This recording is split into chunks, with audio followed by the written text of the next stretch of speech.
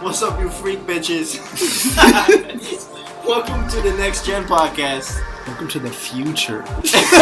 We got Victor, Mason, and I. Who are you? Who are you? Come on. This is KB. And welcome to our podcast. Yes, where we talk about technology, sacrifices, self-development, androids, anything in the future of technology. Anything. Drugs, Next gen. Steroids. Weed.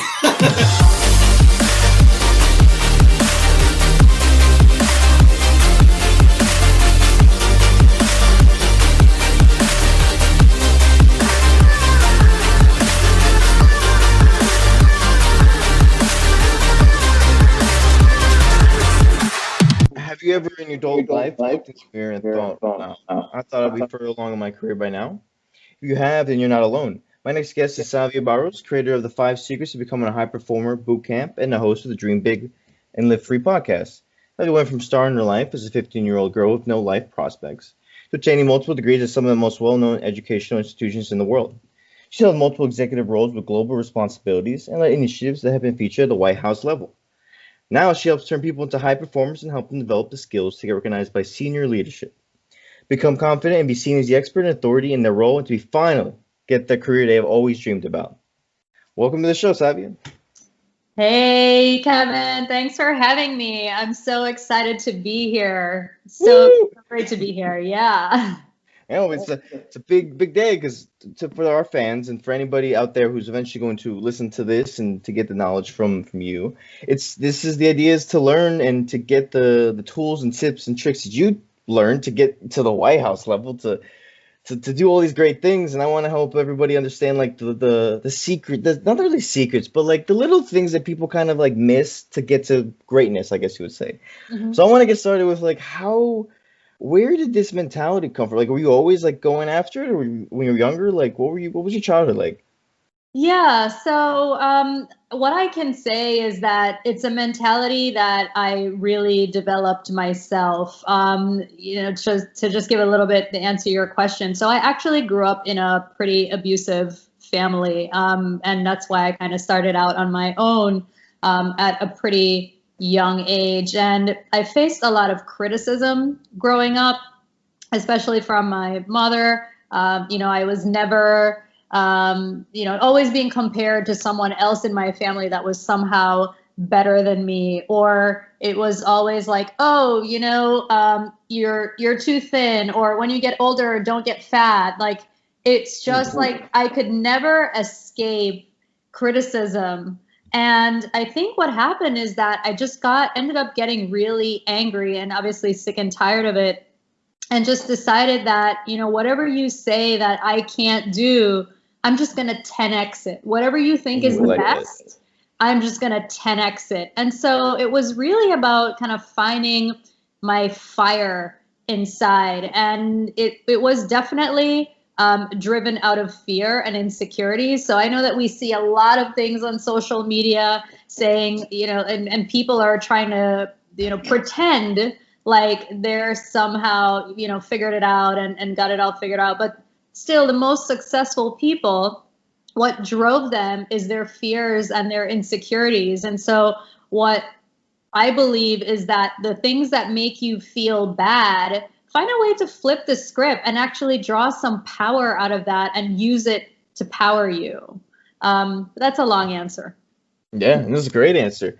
And I actually want to dive into what you were saying about insecurities that drove you, because I've kind of related to that too, where it's a lot of the things that I do now is because I was afraid or didn't like what it was before. So because insecurities are hard and how did you go from like, I'm scared and I don't want to do this to like, I'm tired of it and I'm going to 10x it. I'm going to show them wrong. Or did you always have that mentality to show them wrong? Well, I think how I got that way is that I took a look at my life in a very honest and objective way, even at that age. Mm-hmm. And I was like, man, the situation that I'm in like super sucks. And for me, there was only upside. Like, to stay where I was more painful for me because I could conceptualize and I could visualize a better life. And what I'll say is that every version of you will always visualize a better life. As human beings, we're never done, right? So the minute you get the thing that you want, you're bored because there's another level. And so it was just about wanting something better for myself. And I was sick and tired of getting criticized. I was really just over it. And so every time I achieved a goal, and everything starts with really small steps. You know, a lot of people think that when you become an executive or even CEOs, it's like they got there because they consistently made progress in inches over a consistent period of time. Nobody went from like being an intern to being a CEO overnight, right? It takes time. But what I'll say is that the key is that even though you're insecure, it's to do the things anyway, right? Do it even when you feel scared. Do it even when you feel like you're not good enough. That's the time to do it.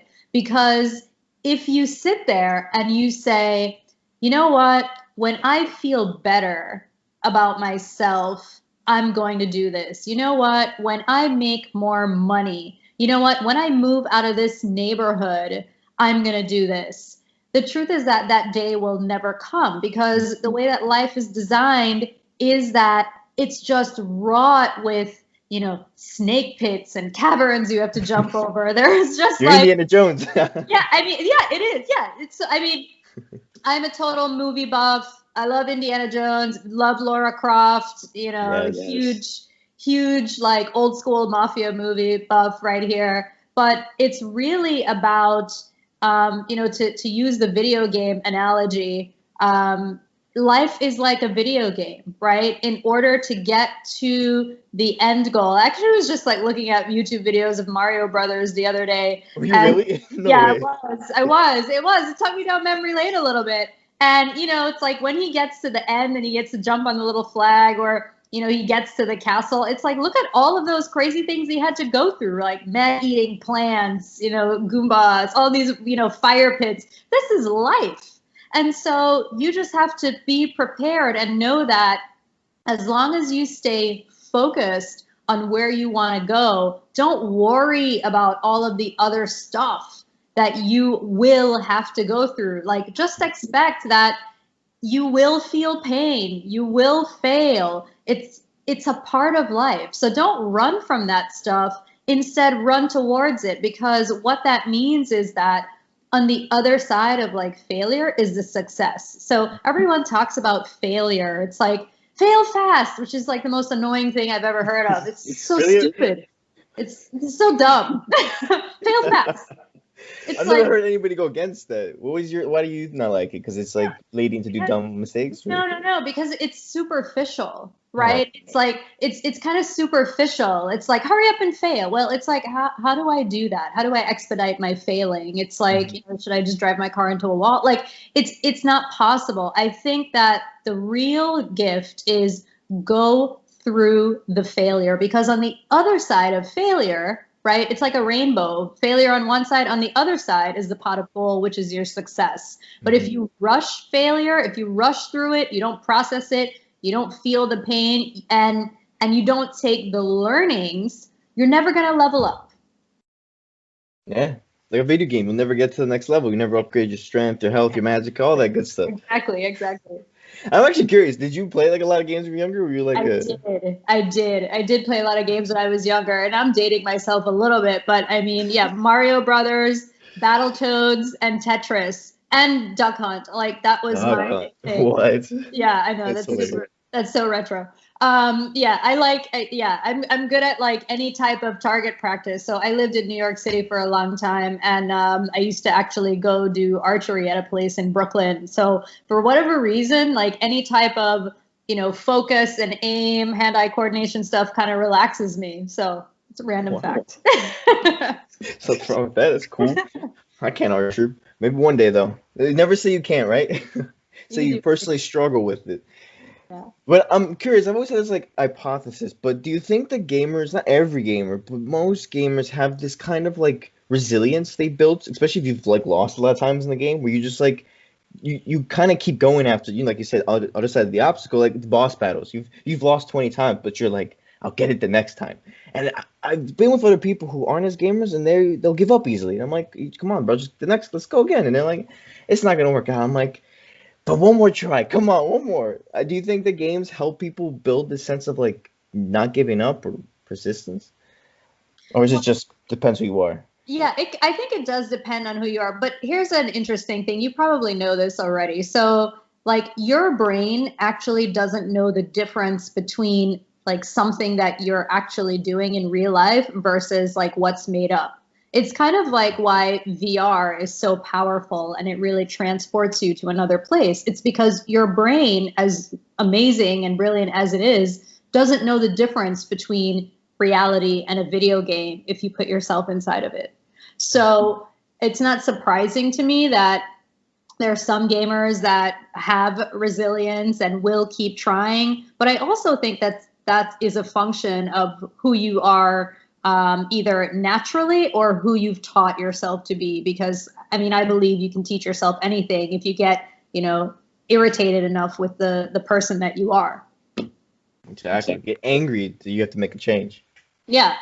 So now, when you're learning stuff, do you have a type of way that you learn that you developed over time? Because, you also have to learn how to learn. Is there any tips you have to like really grasp something and make it stick in your head? Yeah, absolutely. So I am definitely a hands-on learner, but I also like to learn when people talk to me. I don't like books, even though I've read hundreds of books. I actually don't like them. It's just like the act of like sitting there and reading, I find incredibly boring. So I like when either someone instructs to me, because then I can actually like raise my hand, ask questions. It's more interactive. And then I also like being able, my number one way though, is being able to do the thing that they're teaching me. So ever since I was a kid, I've always been like a builder and a tinkerer. I actually, thought I was going to be an engineer when I was growing up. No way, really? Yeah. So Same. yeah, because I used to, I would like look at toys on TV, and my mom, I would be like, Mom, can I get this toy? And if she'd buy it for me, and I get it, I'm like, why does this stuff look so crappy? It looks nothing like what was on TV. Like, I just kept feeling like I got scammed. So I would actually like repaint it, pull it apart. I grew up in a family with a lot of boys, so we'd have soldering irons. I would just do like crazy stuff to my toys. So that's what I thought I was going to do. Anyway, that's a side note of me saying I prefer to do hands-on, and here is why. There is nothing like actually using your hands and your mind to do something yourself. It's kind of like driving, right? It's like you can do simulated, or it's kind of like driving in a video game, right? You can drive really well in a video game, but when you get put in a car, there is a whole lot of other senses that you have to engage consciously or unconsciously that you never ever get to do in simulation. So for me, if someone says, this is how you do it, I'm like, okay, fine, let me do it. And I immediately want to do it. But I'm completely comfortable looking stupid the first time, because I know that I won't get it the first time, and I expect not to get it the first time. But I know that if I don't try right away, it's going to take me longer. So I just like to do that. And also I learn things that are not in the book. Like, have you ever read a textbook or done a homework problem set, and you're doing it and you can't solve a problem, and then when you go to like, the TA, and you're like, why can't I solve it? And he shows you like 3 things that the professor never told you. It's like, hello, like that would have been helpful. You would have saved 7 hours of my life. That's yeah. I mean, this is the benefit of doing things with your hands immediately, because immediately you're like, oh, this wasn't in the instruction manual. That wasn't in the instruction manual. So I'm just a big advocate of that. And that's how I learn. Oh, that's a beautiful way to learn. Because same with me, like I like to learn mechanically, like from my hands. I feel like, and also visually, if you see it while you're doing it, I feel like you can remember more than just reading it or hearing it. It's just something about reading and listening to something where it's just like, I kind of remember it, but it's that thing where it's like you kind of know it, but you don't fully functionally know how it works. Yeah. That's just something you gotta like figure it out for It's yourself. just like, I think it's, you're sitting there and it gets kind of boring. Like you just do. It just, you're not engaging different parts of your brain. And so it's really boring. It's kind of like watching, late night TV before cable or, before Netflix or something. And you just like surf mindlessly. And it's like, yeah, you watched like 5 hours of TV at 7 a.m. in the morning, but what did you retain? Some guys like inflatable pink flamingos. Like, that's it. That's what it's like. What is that from? Is that from a movie? Is that a Palm Springs? Probably is something. I don't know if it's like Fear and Loathing in Las Vegas or something. I don't know. There's some weird reference in there that I thought of. So my brain has like Tourette's for movie clips. So it's like every conversation I go through when people start talking, it's like movie clip, movie clip, movie clip. But anyway. I'm guessing you watched the movie like yesterday or the day before. No. Oh, okay. No, I actually have like crazy memory for movies. Like I can't remember the name of the movie, but I can totally, like, if you said something that triggered me, I'd be like, oh yeah, Fear and Loathing. This guy said that. I don't know. That's just the way it works for me. Okay. Yeah. Nothing wrong with that. Yeah. Just remember we're gonna need you for trivia if we ever have a trivia for movies. You'll be perfect. But come on, remember. Now, I've seen this with one of my friends, actually one of the co-hosts who's not here, and a lot of other people who are talented, like really talented. What would you say to people who are like really good at something, but yet they don't put themselves out there because of the fear of the world, basically, of the opinions, of the judgment, yet we know that their stuff's good, and yet you see other people who aren't as good, and yet they put their stuff out there. Like, what would you tell them to give them that nudge? It's like, just do it, just go for it. There are a couple things. So the first thing is, well, there are three things. There are three ways that you could approach it. Number one is, at the end of your life, do you want to look back and say, I had the life that I almost wanted? Ooh, I like that. Right? Don't want that. Right. Yeah, exactly. It's like, would I rather take some risk? Mm-hmm. And you can take small baby steps, right? You don't have to just go jump out of the plane, right? Come on, it's fun. Yeah. Well, it's apparently not for everyone, right? Because that's why people hold themselves back. Yeah. So that's the first thing to think about is like, at the end of your life, do you want to end up saying like, I had the life I almost wanted? So that one's kind of deep and heavy, but if that doesn't get you going, I don't know what does. The second thing is think about the risk reward. I actually recommend writing it down on paper, because what happens is when you take it out of your brain and you put it on paper, you become like less spazzed out about it. Yeah. Right? Because in your brain, the thing seems like, 1,000-pound gorilla. When you see it on the paper and you're like, okay, give, a presentation about this cool thing I built. The pros are people like it. They're awesome. I learned something new. The con is, people laugh at me, but PS 5 minutes later, they've forgotten about it, So it's kind of like, do you want to stay where you are or do you want to get where you want to go? So I always recommend that do very small things. Like one of the things that I share with people who are in my boot camp is to think about the really big picture of the thing that you're trying to accomplish and then break it down into really small pieces. Mm-hmm. And instead of trying to build an airplane, maybe you just think about building a little small part and then another part and then another part, because then it becomes more manageable, digestible. If you're nervous about it, your nerves can handle it more. But if you think about just trying to construct an airplane all at once and then you actually try to do it, you're just going to get overwhelmed. You will get scared and you just won't do it. Mm-hmm. No, I agree.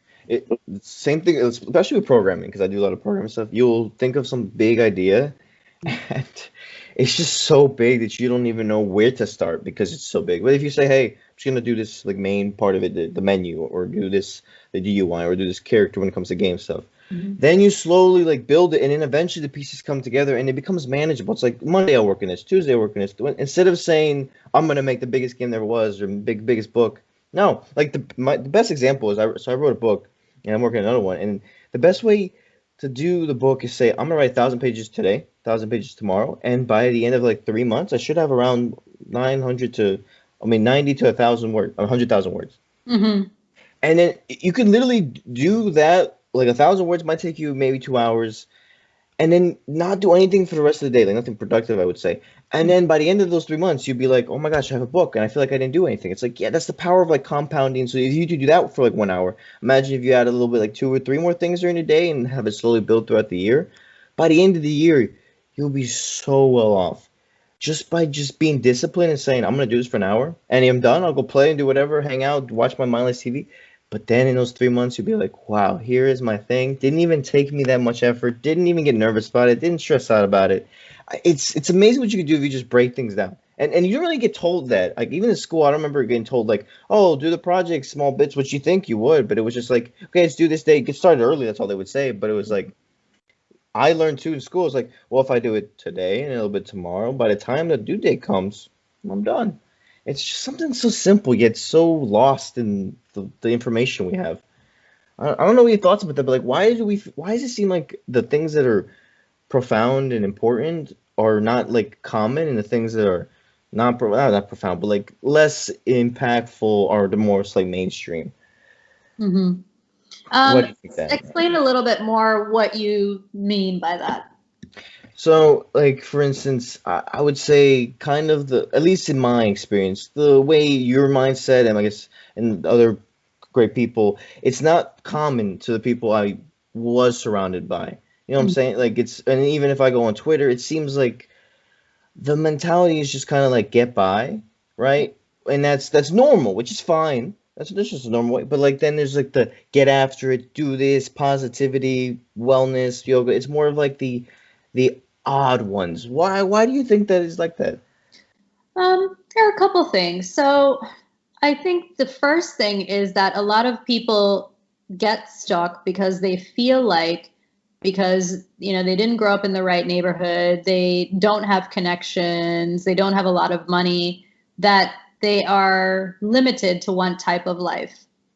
But the way that I have always thought, and I think, that has always made me the outlier, in my family, certainly with like, I don't know, pretty much everybody I know, is that I've always believed that, to get all Yoda on you, it's like, there is no box, right? Ooh. I can create whatever I want. The greatest gift is to be human because we create everything. I mean, the house that you live in, before some genius person thought about how to mix concrete, you're living in huts, like men were living in huts. So the point is that a lot of people don't realize that they can create anything they want, they can be anything they want. And if they do realize that, then I think a lot of people just don't want to do the work. Yeah, it's not easy to change your situation. It's not easy to stay strong inside of tough situations. It's not easy to be positive when everything is crumbling around you. And it's not easy to sacrifice, right? So you have to, there are only so many hours in the day. And you have to decide how will you spend your next second, minute, hour, and is it in service to where you want to go with your life? Here's something that's like really simple, right? So I was watching a video of Jeff Bezos the other day. He was giving an interview, and he was talking about the importance of time, how important it is to guard your time and be very picky with how you spend your time and who you spend your time with. Now, Jeff Bezos does not have any more time in the day than any of us. He has the same 24 hours, yet still he was successful and he built his business. Not because he's a super smart genius or anything, but he has decided how he wanted to work at his company. And he's incredibly patient and disciplined. Like when you see old pictures of Jeff Bezos sitting in a little tiny place with like a crummy desk, you know, surrounded by books, he was willing to, you know, start at ground zero and to do things that, you know, whatever he had to do to make it work and sacrifice so he could build the company that exists today and take care of his time. It's the same for all of us. Any of us can do that. But nobody teaches us that anything is possible, right? It's like there's a typical route for life, and it's only the weird ones that basically say, you know, I don't want this anymore. And then, you know, the minute you defer from the norm, you get made fun of. Like you face a lot of uphill battle because you're no longer the norm. But it's like the minute you get successful, everyone wants to know you and hang out with you. It's just kind of like celebrities, right? Mm-hmm. So if it's like celebrities or you know, athletes. I mean, if someone, a young kid, like walked up and said, "Hey, I'm gonna be the next LeBron James," like he'd probably get laughed at. They're like, "You're never gonna be LeBron James." And so this is what happens when people openly say that they want to strive for the impossible, or actually not the impossible, but they want to strive really high when they're in a place of, you know, not so high or really low. But when that person makes it there, suddenly they're like a god.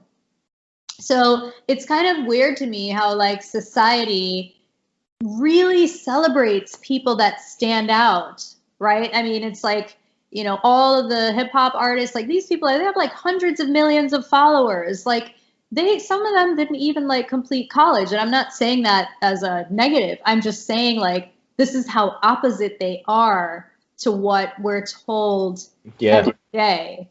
So I think that is, you know, for people who are striving to be really high, you know, at high points in their life, whether they want to play sports, they want to be the best gamer, whatever it is, you have to be different and you have to do something that's against the grain, but you also have to know you're going to get made fun of. It just kind of comes with the territory. Mm-hmm. You got to build a thick skin to be very stoic. You got to be the Teflon Don, you know, it's just got to. And also, have you ever read the book by Ryan Holiday called The Obstacle is the Way? I have not. Oh, you need to read the book because essentially he talks about how any obstacle you face, it isn't you try to go around it or go behind you. It's literally the thing you have to like overcome, and that is the way. So instead of deciding like, oh, I'm gonna give up, go figure out how to get over this, overcome this obstacle. Might be your thing. Like maybe, for instance, your obstacle is you don't have enough money to go to LA or something like that. Instead of being like, oh, I can't do it, be like, you know what? No, I don't have enough money. I'm going to find the way to find this money, and then I'm going to go to LA. I'm going to make this happen regardless. Like, for instance, I moved to LA, and it at first it seemed like crazy. That people were like, well, why are you going out there? We can do this and that. And honestly, taking that leap of faith, everything worked out better than I could have ever imagined. Now, honestly, it could have gone the other way, but I feel like if you take those leap of faiths, the world will reward you for being courageous sometimes. Like, not always, but I feel like every time I've taken a risk, most of the time it's rewarded me with some type of reward. Not always noticed too. Sometimes I thought it was horrible at the moment, and then later on I realized like, no, this was actually the best thing for me. Like, have you ever had a moment in your life where like something was so bad and then you were like, no, I needed that to happen for me to be who I am today? Oh yeah. How many examples do you want? I want one that let's see, that it kind of like reshaped your mindset, or kind of one that's like not small, but like one that like really was like, oh, this is why I am who I am, or something like that. Yeah. So immediately what comes to my mind is, so I got married and divorced before 30. Wow. Yeah. Wow is right. And it was a really interesting experience. Number one, it's like crazy to be divorced under 30. It's like, what? It's a whole thing. I mean, when you think about it, meaning me, it's actually not a big thing, but compared to society and the ages of people who get divorced, it was a thing. And I kind of made it a thing. But for me, that moment really shaped my life because I went into that relationship thinking that it was going to be, forever. Like, I really loved this person. I thought he was my soulmate. But then once I got in there, things just started to change, and they were different. And I realized that I wasn't actually fulfilling my own dreams and my own destiny. And, it was just better for me to kind of exit that. And it was super, super hard because, number one, I was really scared because the life I thought I was going to have, I left it, right? So now I was like out there kind of by myself wondering, how am I going to, get my act together? And then also I realized that it was a chance to discover me as a person. And I never really had that, especially since I had a really tough, upbringing, not a lot of positive role models. And then also I kind of wanted to test my own limits. Like, I felt like I had an inner Ferrari inside of me, and I just wanted to like let it loose on the world, which is kind of like the racetrack. And I wanted to see what I was actually capable of if I wasn't surrounded by people who kind of told me what to think or what I should do or what was possible for me or what I couldn't do because I wasn't this. I was just kind of sick of it all. And I think that really was like, a cosmic explosion in my life, because number one, I actually had to do stuff like, what I said I was going to do. I was like, oh man, I really have to do it now. Like, I asked for this chance to really see what I could build out of my life. So now I have to go do it. And it was really terrifying. I made a lot of mistakes along the way. But I was fortunate enough to have a lot of people that helped me and guided me. So when people say that they're like a self-made man or a self-made woman, I call BS on that, because the truth is that you always get some piece of advice. Somebody makes a phone call, somebody sends an email, and you get connected. It's up to you what you do with that connection, but no one can do this life alone. So, that moment for me was my defining moment. And I just, I promised myself that I was just going to mash the gas and see what happened, because I was ready for it. I was ready for it. And I was terrified. But I just didn't care because, again, for me, I thought, do I want to get to the end of my life, or do I want to add another 20, 30 years to staying in the same place that I was in, and think about, do I have the life that I almost wanted? And that was scarier for me than doing that other thing. Mm-hmm. No, it's scary to think that like your life could turn out to be the exact opposite. It could turn into basically hell, and you want it to go towards like a heaven, a place where like everything goes right. Now, is there a point when you kind of felt like giving up, or like the world seemed kind of dark in your? Oh yeah. Oh my God. I would say it was pretty much like when I started to try to find my way out of that. It's like the midway between like exiting the relationship and then kind of finding yourself. But I struggled really, really hard. I mean, I went to a lot of therapy, which was really helpful. At the time I was working for a big financial firm in New York City. And no kidding, like sometimes I would leave work and I would just go to church. There's like a church on Fifth Avenue, and I would just go sit in a pew and I would cry because I had no idea what to do. I couldn't unravel the sadness that I was feeling, but I knew that the only way I was going to get through it was to go through it. And I set myself up, with a support system. So like I said, I went to therapy. I think therapy is great, and I think everyone should do it, because it's important to have someone that can help you process things in a way that you can't yourself, especially when you feel overwhelmed. And I made a good set of, a good tight handful of friends in New York City. And we're still friends to this day. Some of my oldest relationships. And that's really how I got through it. But there are days when I was just like, I just wanted to quit. I'm like, this really sucks. And I questioned what I did. I was like, why did I do this? This is like really stupid. It's like in my prior life, I didn't have to worry about anything, like literally nothing. And it's like, why did I do this to myself? It felt really horrible. But I kept reminding myself that I believed in my heart that there was more to what I was experiencing. And so I was willing to, go through the pain. So I think for anybody who's in any situation where they feel like they want to give up is, number one, find a therapist. Number two, build yourself a support system. And you know what?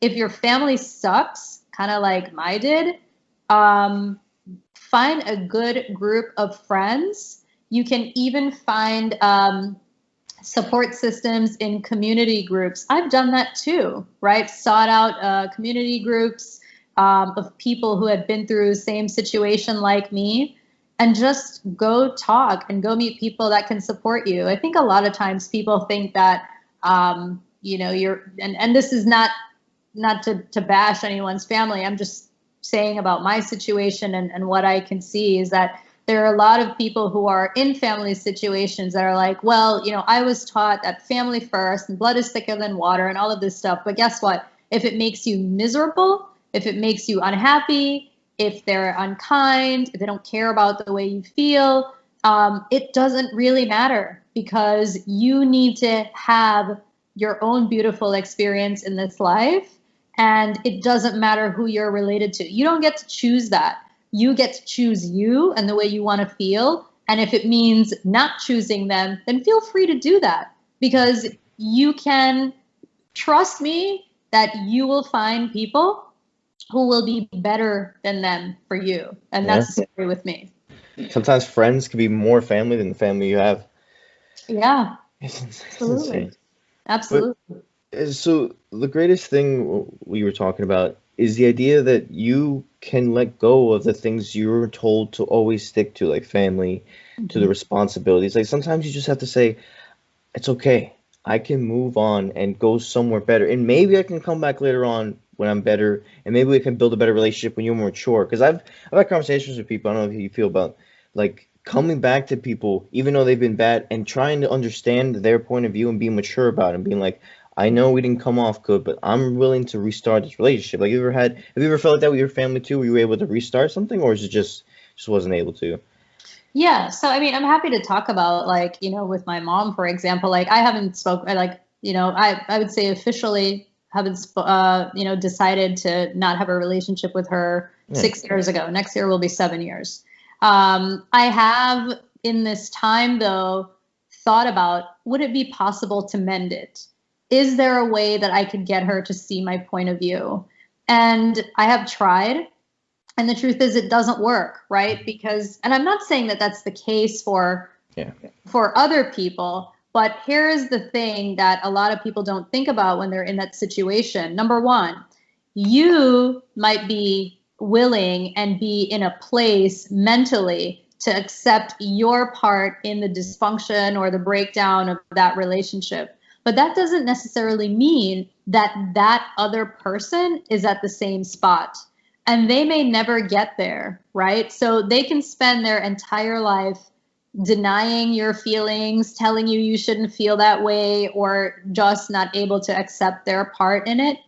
And I would recommend that, yes, try to mend it, because it's nice to have family. I mean, I certainly think about, wouldn't it be nice if I could have a family? But it's unhealthy for me. Like, it's actually not healthy for me. And so if someone is in that situation where you've legitimately tried more than once, right? You have to try more than once.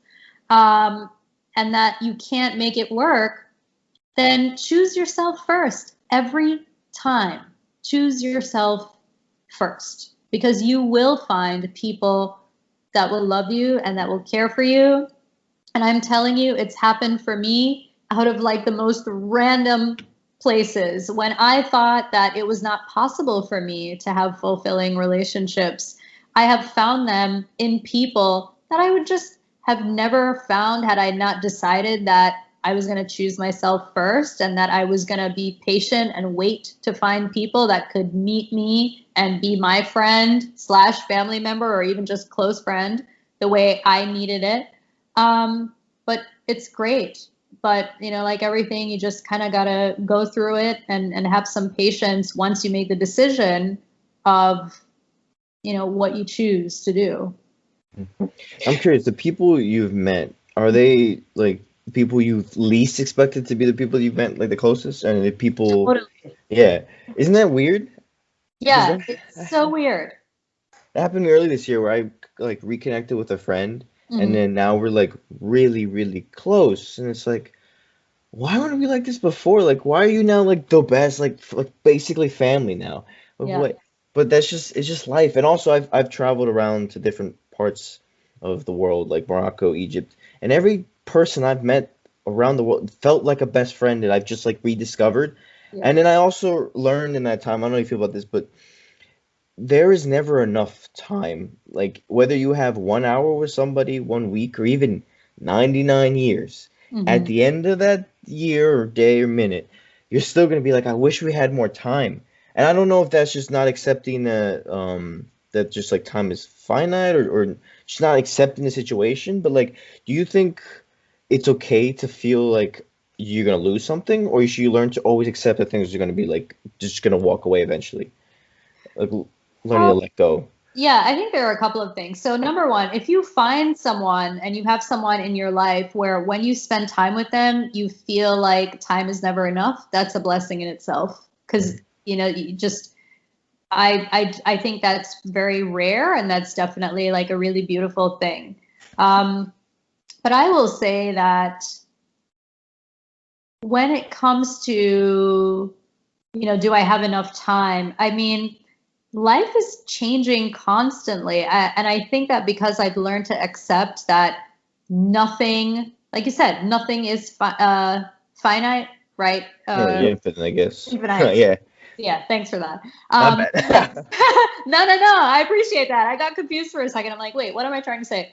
No, no, Um, I think I said it wrong too. So, but yeah. nothing's infinite. Nothing lasts forever. That's Yeah, easier. that's where we're headed, right? Yeah. Nothing lasts forever.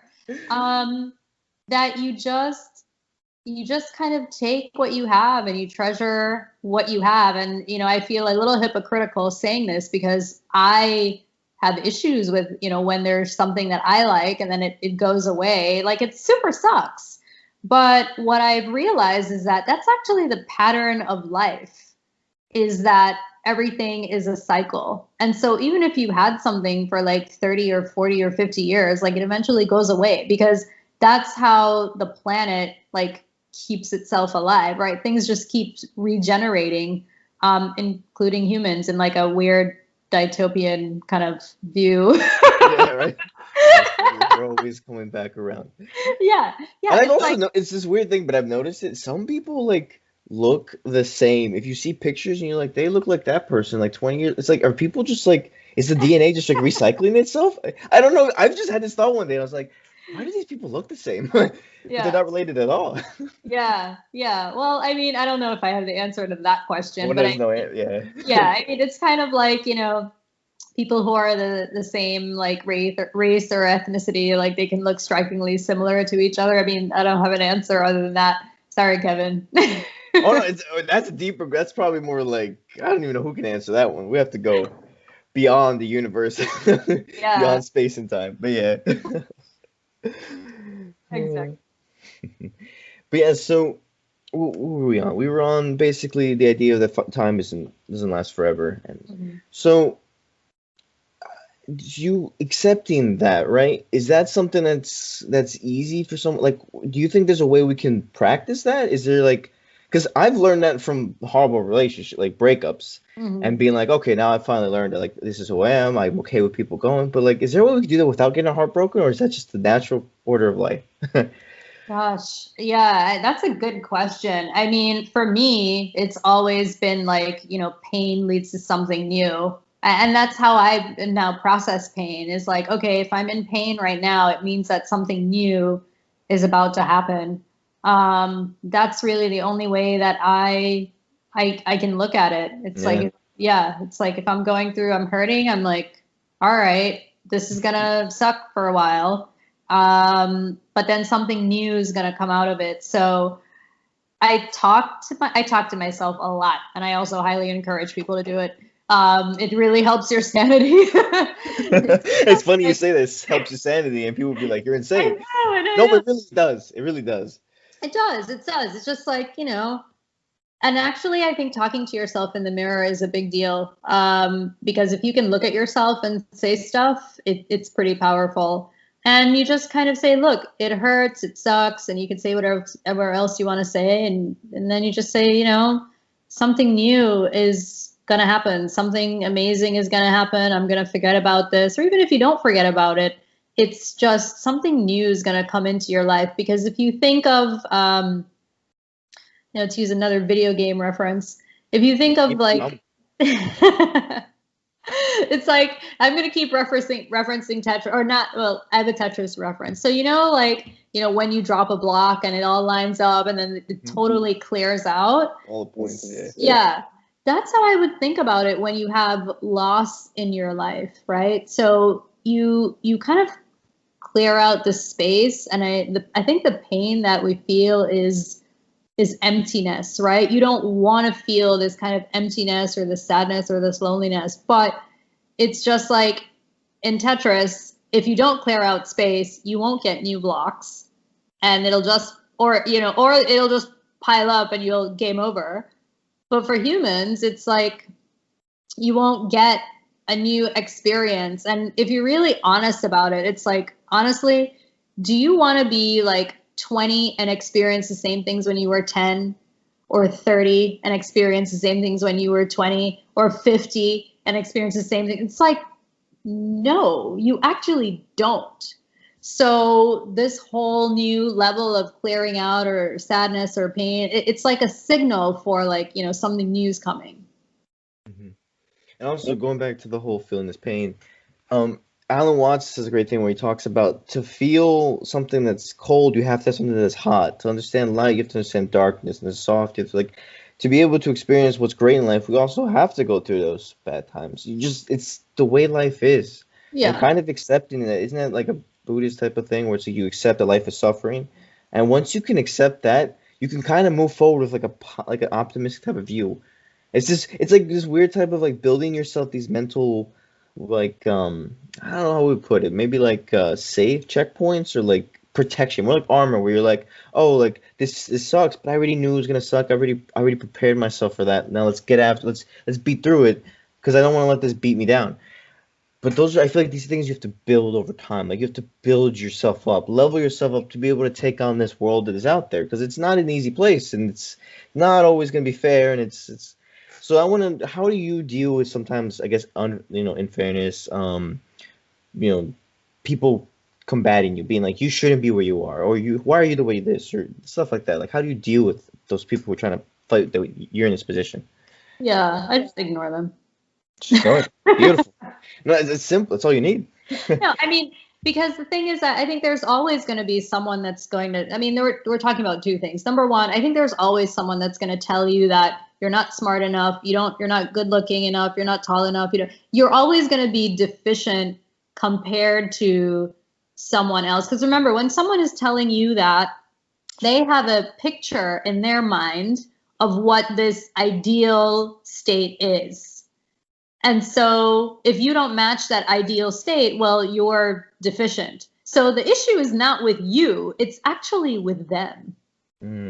Right? That's true, yeah. Yeah, because they're the ones that are complaining that you shouldn't be there. It's like, well, why are you complaining in the first place? Like, it's like, I got here or I'm doing this and you're not. Well, maybe you should find out why you're not, instead of, giving me a hard time. So that stuff used to really affect me. But I just don't care anymore. I'm like, great, what else you got? Or I just go, my calendar is booked, I gotta go. Like, it doesn't even faze me anymore. But I had to fight to get through that, because I would really take it personally. And I think the key is to whenever someone has something negative to say to you about you, understand that number one, you don't have an issue. It's like that person's perception of you that they're fighting, right? So you're not defective. You don't have an issue. That person, the way they portray you, is not living up to their standards. So they have a check balance problem in their mind. And once I started to realize that I don't need to internalize everything someone says to me about me that they don't like, then it was like a weight lifted off of my shoulder, because I'm like, wait, I'm just here being myself, in the world, what I'm allowed to be. This person doesn't like me. And for why? Because I'm being myself? No, like it's not me, it's them. So they need to go work it out, and I'm just going to go on with my life. Mm-hmm. No, I agree. Yeah. Now I want to get into your whole the responsibilities initiatives that led to the being featured in the White House. What was all that? Like, I want to hear the story behind that. The White House stuff, or how did I get there? We could do both. Let's start with how you got there. So really, it's kind of like asking a CEO how he became CEO. I mean, I really honed my craft. So for me, my strength is really, running like incredibly tough initiatives, like MacGyver type initiatives, right? Where people think that, hey, this is never going to get done. So it's either you're trying to get something done in a really short amount of time, or you're trying to do something that no one's done before. Those are my favorite. I love doing stuff that no one's done before. Or it has there's a lot of money tied to it, or, the brand identity, or you have a really, large client. So a lot of money involved there again, but, they're kind of different. And so really, I think that how I ended up leading that initiative is because throughout my career, I had just proven myself in every inch that I moved it, right? So you don't just graduate school and then one day, someone says, hey, will you lead an initiative? Actually, when I interviewed for that role, I had no idea that was actually going to happen. But you just don't go from that to that, right? It's like when you're doing something at that level, there's a lot at stake, right? There's a lot, working with a lot of companies, a lot of other very high level executives, and certainly, there's the whole political thing. So it becomes it's like doing a waltz, right? And so it's like you don't get to, dance competitively unless you've practiced a lot throughout your life. And I know it sounds like a very boring explanation, but the truth is that once I found out what I was really good at, I just practiced and I just focused on that, and I looked for every single opportunity in my career where I could do something like that. And none of the things that I ever did were in my actual job description. Above and beyond. Yeah, I think a lot of people get stuck in this, it's not my job, it's not my problem, it's not my job, it's not my problem. Well, the secret is, like, if you actually do something that's not in your job description, you are going to stand out. Simple like that. Just do above and beyond. Just go out there and say, hey, it's not my job, but like it needs to get done, and I'm going to take the initiative, the leadership to go do it. Yeah, but do it really well, right? Mm-hmm. Don't half-ass it, because then it doesn't work. True. Right? There are a lot of intricacies around that, but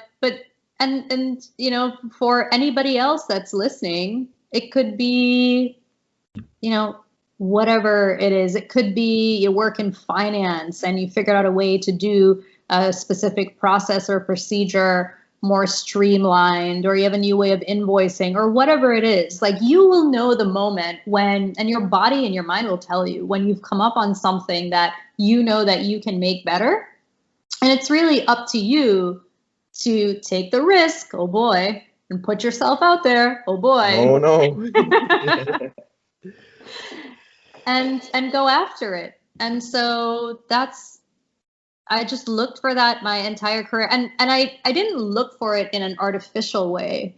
The key is that it really excited me, and I loved it. I loved being able to create new things from nothing. I was always kind of like a little entrepreneur in all of my roles and in all of my the companies that I worked for. And the leadership really liked that about me and respected that. And so every time I would deliver on something, even if it was something small, they would give me more opportunities. And so I just kept going. But I think I was able to do it because it came naturally. And that's the key, right? Don't go look for something that's like, oh, I'm going to do this. Like, you'll burn out. You will crash so hard because it's not coming from a natural place. It's coming from a made up place, which you can't sustain. Yeah.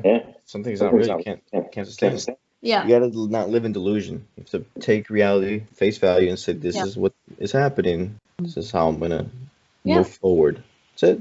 Mm-hmm. So then, now the White House part. How did that happen? It's just through my reputation of the work that I did, and also because of the things that I focused on when I was at MIT, which is business applications of artificial intelligence and blockchain. They needed someone who could sort of humanize, take a very human problem and think about how do you use sophisticated technology in that way. And that's really what I'm all about. Like, I think technology is awesome. There's a lot of far out stuff that's out there, but unless you can apply it in a way to help humanity, to help people, I don't think it's worth very much. Mm-hmm. It's just not. I mean, you can spend billions on tech. We see it every day. It's like, all of these, tech companies doing cool and really interesting stuff.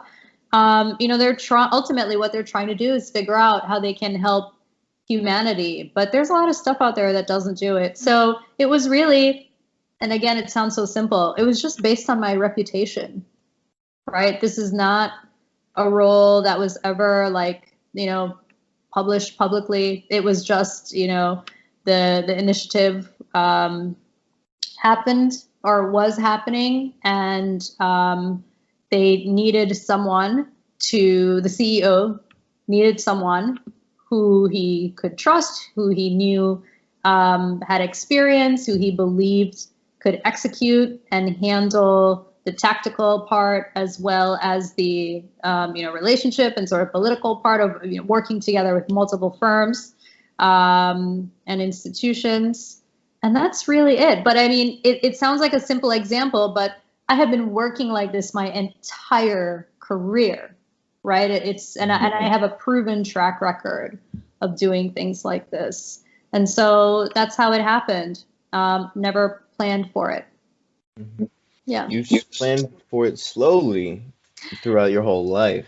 I guess I have. Yeah. I mean, it's like it's like training to go to the Olympics, right? Mm-hmm. It's like you don't wake up one day and jump on a plane and suddenly you're like an Olympic athlete. It's like, no, it takes years of fine tuning, mistaking, learning, doing consistently, even when it sucks. And so it was a really, really, really cool opportunity. Met a lot of amazing people, very brilliant people. And learned a ton. So it was awesome for me. No, I'm happy for you. Thank you. And before we wrap it up, I want to ask a little bit about the whole coaching type. How did that develop, and how did you develop the personality you have on LinkedIn? That's interesting. What personality do I have on LinkedIn? It's more of that, get after it and explaining all about it's okay to panic. It's just like this bubbly personality of you got this. Like a guru, essentially, I would say. Oh, well, thank you. Well, that's a compliment. I appreciate it. So for the last few years, and again, this goes to our conversation about every level you get to, you discover a whole nother level.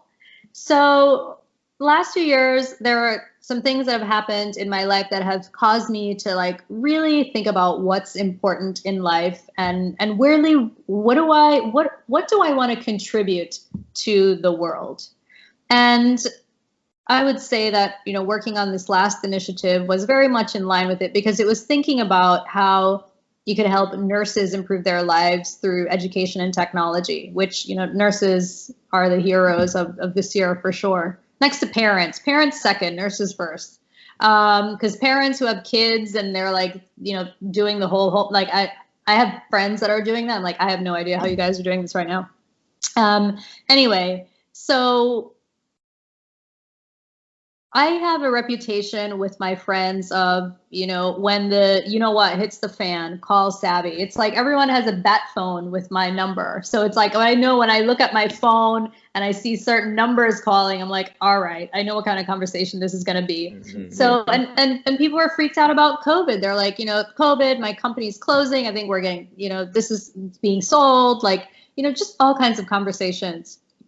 And I said, wow, this is really interesting, because COVID, the disease, sucks, but there are so many opportunities that this year presents. Like, to me, 2020 is the year of the caterpillar, right? 2021 is the year of the butterfly, or whenever COVID's over.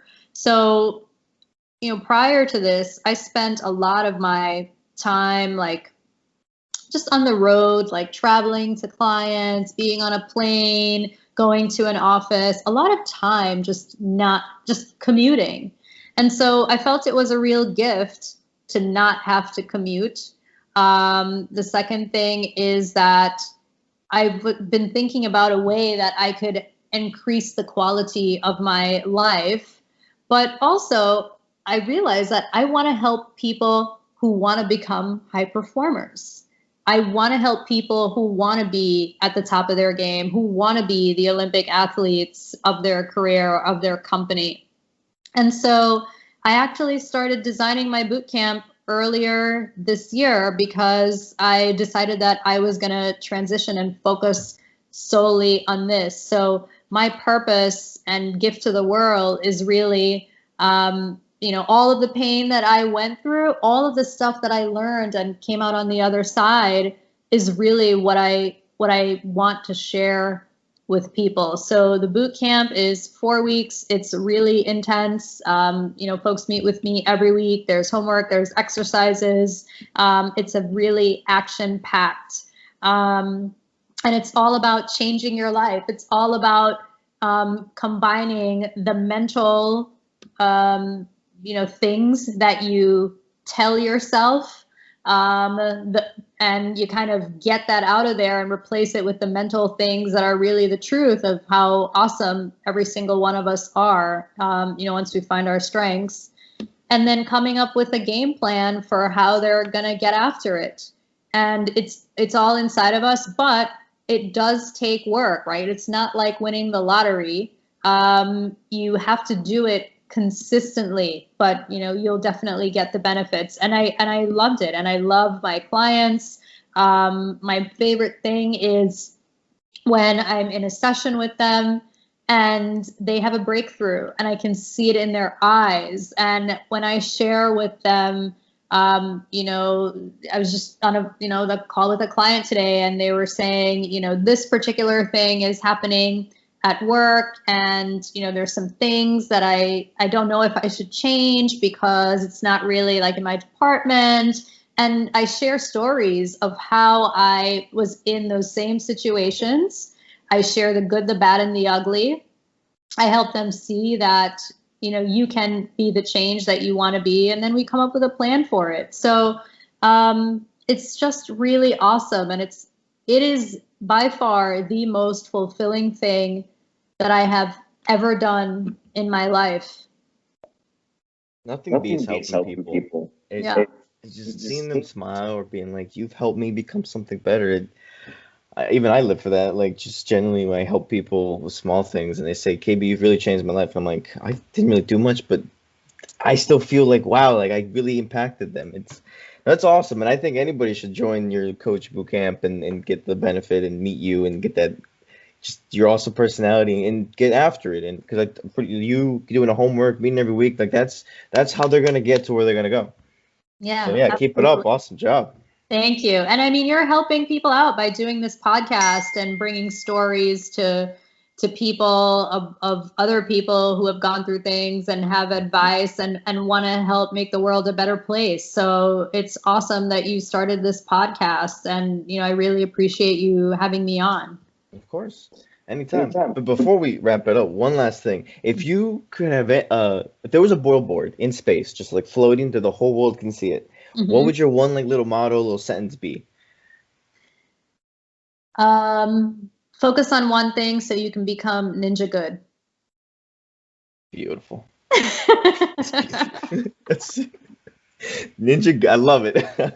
But yeah, so thank you for coming on the podcast, Savi. This was amazing. I just loved the conversation we had, and yeah, just keep killing it. And thank you so much. And actually, I'm gonna hand the mic to you if you want to do any last minute shout outs, any inspirational quotes, anything. And thanks for coming on.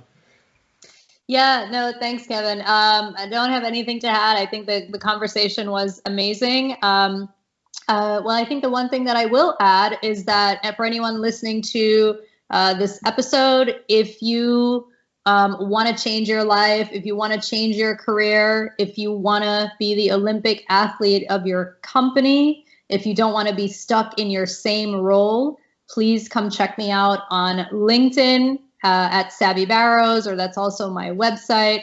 And let's drop me a DM and let's chat and check out the hilarious videos that I make. Please see us again next Wednesday at 8 a.m. Thank you. Hey, yeah.